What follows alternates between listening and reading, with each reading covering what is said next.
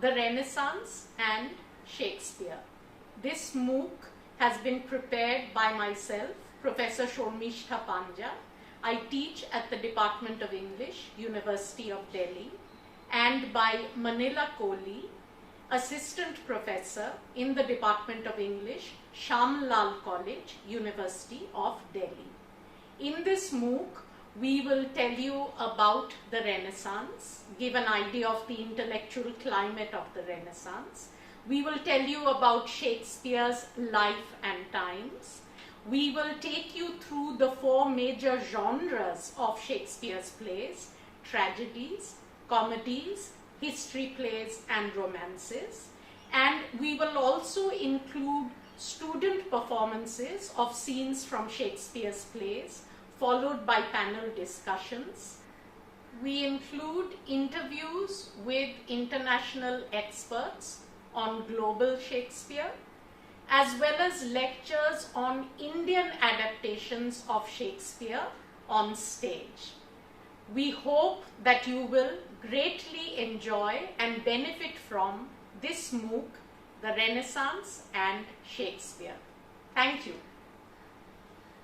In this MOOC, we will first begin by talking about the Renaissance, the intellectual climate of the Renaissance, the major thinkers, both Italian and British. We will talk about the Renaissance in the North, science in the Renaissance, the visual arts in the Renaissance, the position of women in the Renaissance, and also how the Renaissance traveled from Italy to England. We will also say a few words about Philip Sidney and Edmund Spenser, two major writers of the English Renaissance.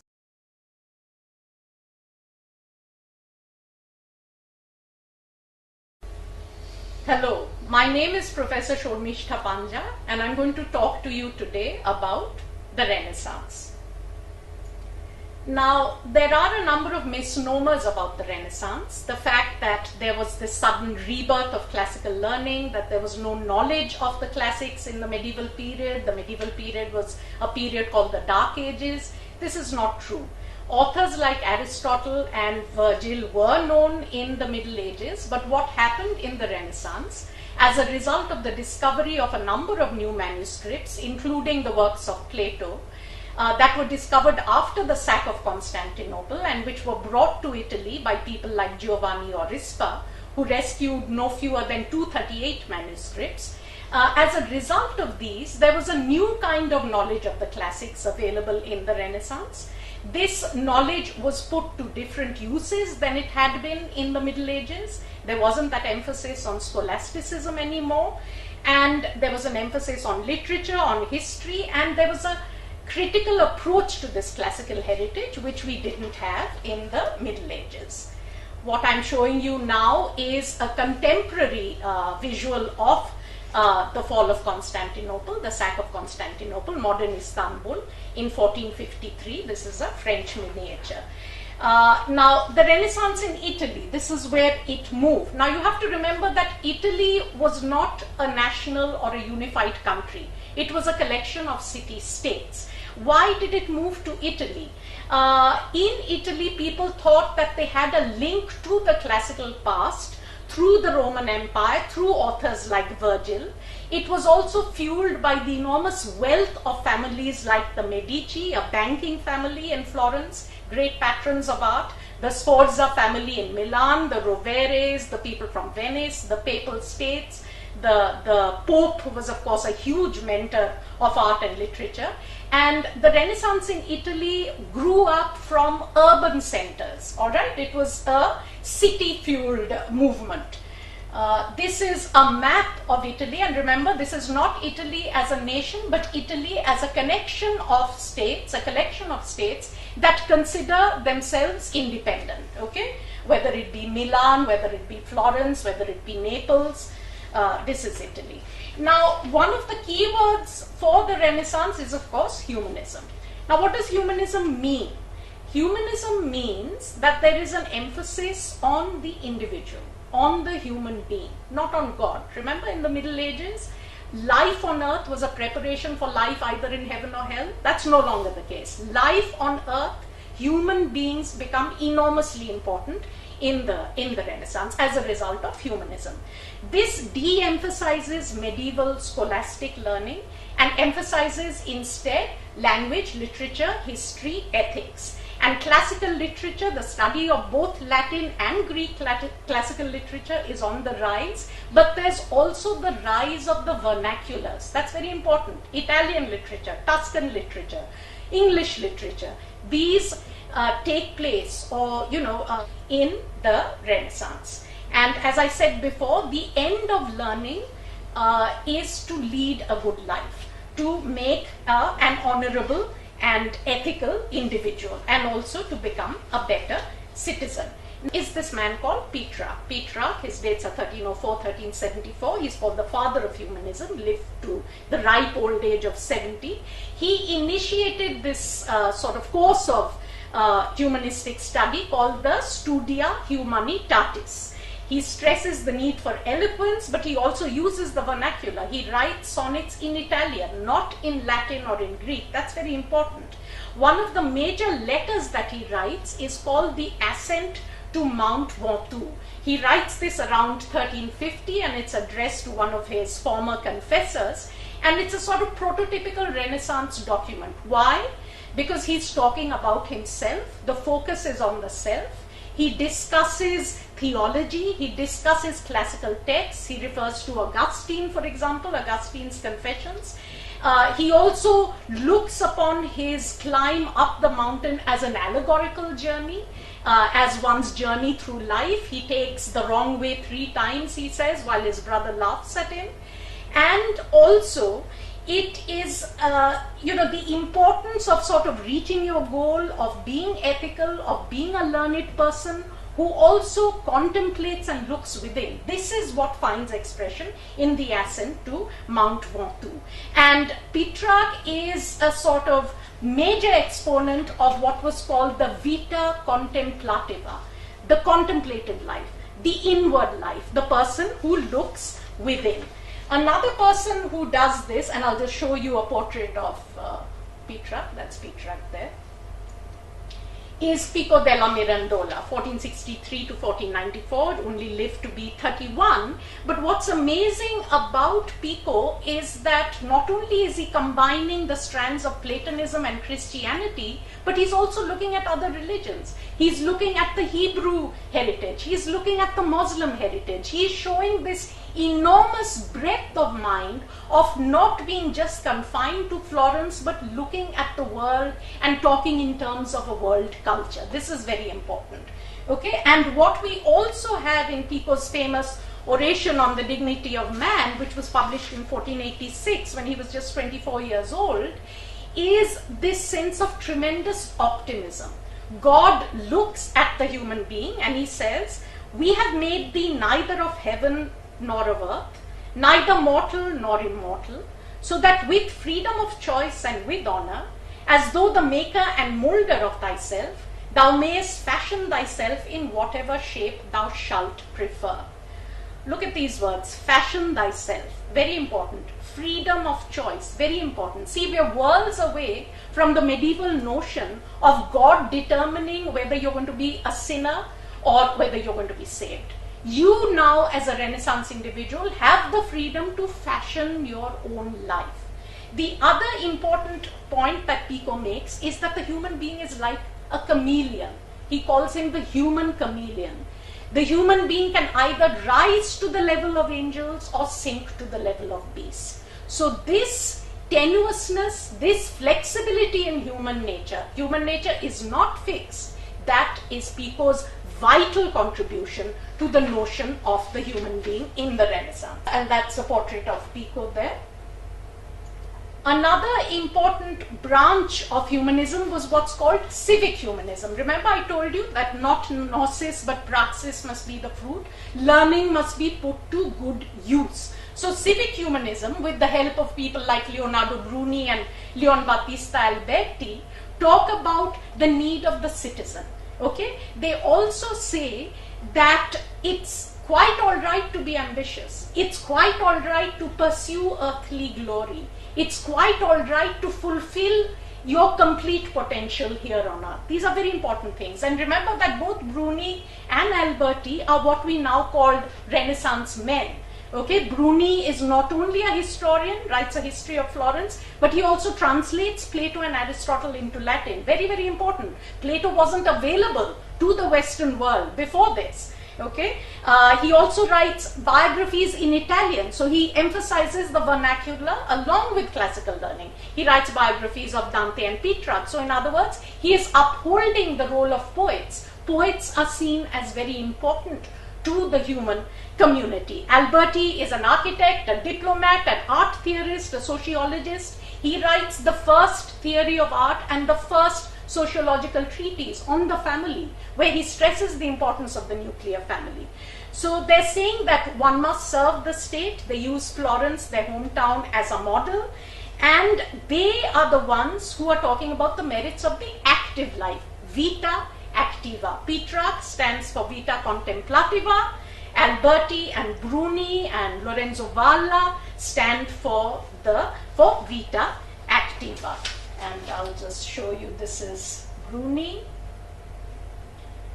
and this is Alberti.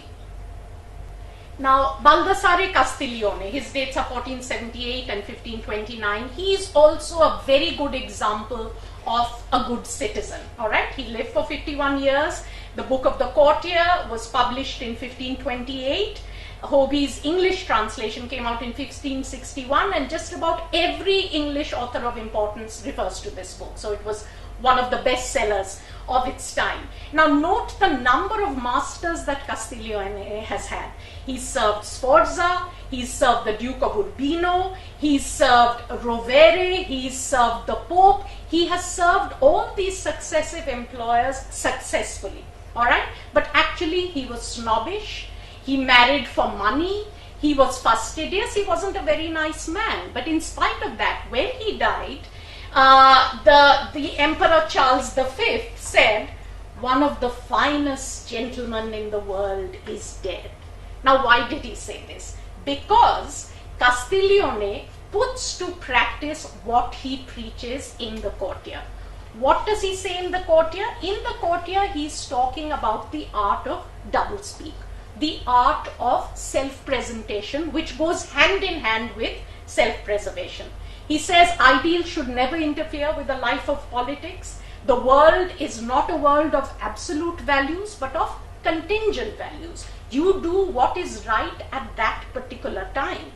And he gives examples of the really arbitrary world of violence that was Italian city-state politics. But he does it in such a smooth and mellow way that you don't even know that you're looking upon a world of such violence. He says it may not be evil to kill even 1,000 people if your prince has asked you to do so. All right, so, he's talking about the difference between appearance and reality. He's talking about the world of politics, real politics, which is very different from the kind of idealized world where the virtuous are always rewarded and the evil are always punished. He also steers away from contemporary examples and only gives examples from ancient history, thereby also protecting himself, you understand, from any charges of favoritism or whatever. He coins new words like sprezzatura. He says, I'm using a new word. This has now become a Renaissance cliche. What is sprezzatura? Sprezzatura is a sort of nonchalance. It's a way of presenting yourself with artful artlessness. All right, so the way you're presenting yourself disguises a lot of labor, but you don't show any of that labor. You just present yourself as this sort of God-made wonder. The role of women in the Courtier is very, very important. Crucial characters in the Courtier are Elisabetta Gonzaga, the Countess, and Emilia Pia, her close relative. These are the women who initiate the discussion. These are the women who prick the balloon of male rhetoric. Like when Pietro Bembo perorates on love, Emilia Pia cracks a joke and brings everybody down to earth. So what we have in the world of the Courtier, which is based on 4 evenings where this sort of group of very, well-bred people get together, and talk about what it means to be a perfect courtier. All right, the form of the work is very important because they are gracefully talking at each other, talking to each other, cracking jokes, making very sophisticated fun of each other. Because through the form of the work, Castiglione is telling us about the substance of the work. This is how a courtier must behave. So the subtle skills of the courtier are not the kinds of skills that a medieval knight needed. A courtier is a combination of the medieval knight and the modern politician. He is a social being, all right? He has to interact and live and succeed in society. He can't be a loner on a quest like the medieval knight. Okay, so this urbane, this witty, this sort of very graceful and learned conversation that we find in the courtier is what being a courtier in the Renaissance is all about. And this is actually based on Castiglione's own experiences in the court of Urbino, where Elisabetta Gonzaga was the countess. This is a superb portrait, one of the best portraits that we have in the Italian Renaissance by Raphael of Castiglione. And look at that face. Look at how much is concealed in that face and how little it reveals. That is the core of the courtier. Now, Niccolo Machiavelli, 1469-1527, one of the most original minds in the Renaissance. But was he a thundering success like Castiglione? No, he wasn't. Why? Because he didn't try to disguise the truth. He didn't try to tell the truth covertly. He always spoke clearly, and he demystified politics to such an extent that he was seen as dangerous, and he found it very hard to find patrons. His Prince came out in 1532, and that's where he says things like, the end justifies the means. Between the fox and the lion, the prince should model himself on the clever fox rather than the magnanimous lion. Cesare Borgia, one of the villains of history, is Machiavelli's hero because he's a very effective administrator. So what Machiavelli is saying is really not very different from what Castiglione is saying. But the way in which he says it is so very different that he is seen as dangerous, whereas Castiglione is feted. So this dangerous demystification of politics, of saying everything exactly as it is, that is Machiavelli's core quality. And of course, the prince is addressed directly to the prince, whereas Castiglione's courtier is addressed to a member of the court, the courtier. This is a portrait of Machiavelli. Now, the Renaissance in the north was very different from the Renaissance in the south, in Italy. Erasmus is the leading figure of the Renaissance in the north, the legitimate son of a priest in Rotterdam. But he was a true sort of citizen of Europe. His dates are circa 1467 to 1536, lived for 69 years, had friends all across the continent. Sir Thomas More in England was a very close friend. And his major work, his life's work, was a Latin translation of the Greek New Testament with a commentary. Why was this so crucial? Remember that the Bible was read earlier only by priests. In the Middle Ages, the common person couldn't just pick up the Bible and read it. Erasmus makes the Bible available to the man on the street, the average person. All right. The Renaissance in the north is much more religious, less secular than the Renaissance in Italy. It's non-urban. It's not built around city-states. Values are not seen as relative or contingent. And Erasmus also writes these marvelous colloquies, and of course his masterpiece, The Praise of Folly, where he uses irony and never speaks in his own voice. And what is ironic is that Erasmus's Greek New Testament, the translation of it, makes possible the rise of Protestantism. But actually Erasmus was an enemy of Protestantism. He didn't believe in Protestantism, and he has all these, sort of arguments with Luther about it. But it is his erudition that makes the Bible available to millions more than it was available to earlier. This is the beautiful portrait of Erasmus by Holbein. Just a few words about Renaissance art. These are the major artists: Masaccio, Botticelli, Leonardo da Vinci, Michelangelo, and Raphael. Masaccio's dates are 1401 to possibly 1427. This is the expulsion of Adam and Eve from paradise, circa 1425. This is a fresco, part of the famous Brancacci frescoes. Now, how is Masaccio changing medieval art? He is making the bodies a lot more solid. They were elongated. In medieval art, they're much more recognizably human in Masaccio's hands. And look at that expression of Eve. You know, Munch probably remembered it when he painted the Scream many centuries later. Look at the realism of Eve's horror as she realizes that she can never go back through those narrow gates back into paradise. All right, so that psychological realism is something that, along with the solidity of the bodies that Masaccio is introducing. This is Botticelli's Primavera or Spring, circa 1482, an allegory, because you have Zephyr there, who's impregnating Chloris, the nymph, who then turns into Flora, the goddess of flowers. That's Venus in the center, the three graces, and Mercury and Cupid on top. Okay, so beautifully drawn figures. The importance of the human body in the Renaissance we can see in the paintings of Botticelli, as well as a certain Neoplatonism, a tendency towards allegory. Leonardo da Vinci's Virgin and Child with Saint Anne, 1510. Leonardo da Vinci produced very few complete paintings. He was constantly reworking his paintings, never satisfied. Look at the marvelous way in which he is dealing with the problem of placing two adult figures and a child in the same frame. What does he do? He seats the Virgin Mary in the lap of her mother, Saint Anne, who's the Virgin's mother. And you can see that Saint Anne, look at the psychological realism, has eyes not for Christ, the Christ child, but for her own daughter, the Virgin Mary. All right, whereas the Virgin is reaching out to the child who is already pulling away from her, because he has a life to lead, and he's embracing that lamb which represents Christianity, which represents Christ's flock.